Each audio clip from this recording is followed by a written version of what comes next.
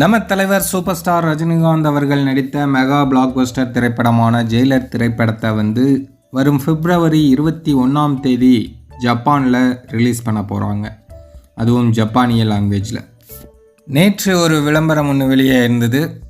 அதில் ஜப்பானிய தேட்டர் லிஸ்ட்டெல்லாம் வெளியாக இருந்தது. கூடவே பார்த்திங்கன்னா நாளை முதல் ரிசர்வ் அப்படின்னு சொல்லியிருந்தாங்க. ஸோ அதனால் இன்று முதல் ஜெயிலர் படத்தோட ஜப்பான் வெர்சன் ரிசர்வ் செய்யப்படுது. ஸோ ஜப்பானிய ரசிகர்கள் எல்லாம் கொண்டாட்டத்துக்கு தயாராக இருக்காங்க.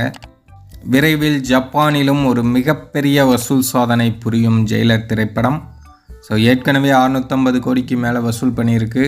ஸோ அங்கே எவ்வளோ வசூல் பண்ணுது அப்படிங்கிறத பார்த்துட்டு கோலிவுட்டோட நம்பர் 1 திரைப்படமாக ஜெயிலர் திரைப்படம் மாறுமா அப்படின்னு பொறுத்திருந்து பார்ப்போம். ஏன்னா 2.0 திரைப்படம் 850 கோடிக்கு மேலே வசூல் பண்ணி கோலிவுட்டோட நம்பர் 1 திரைப்படமாக இருக்குது.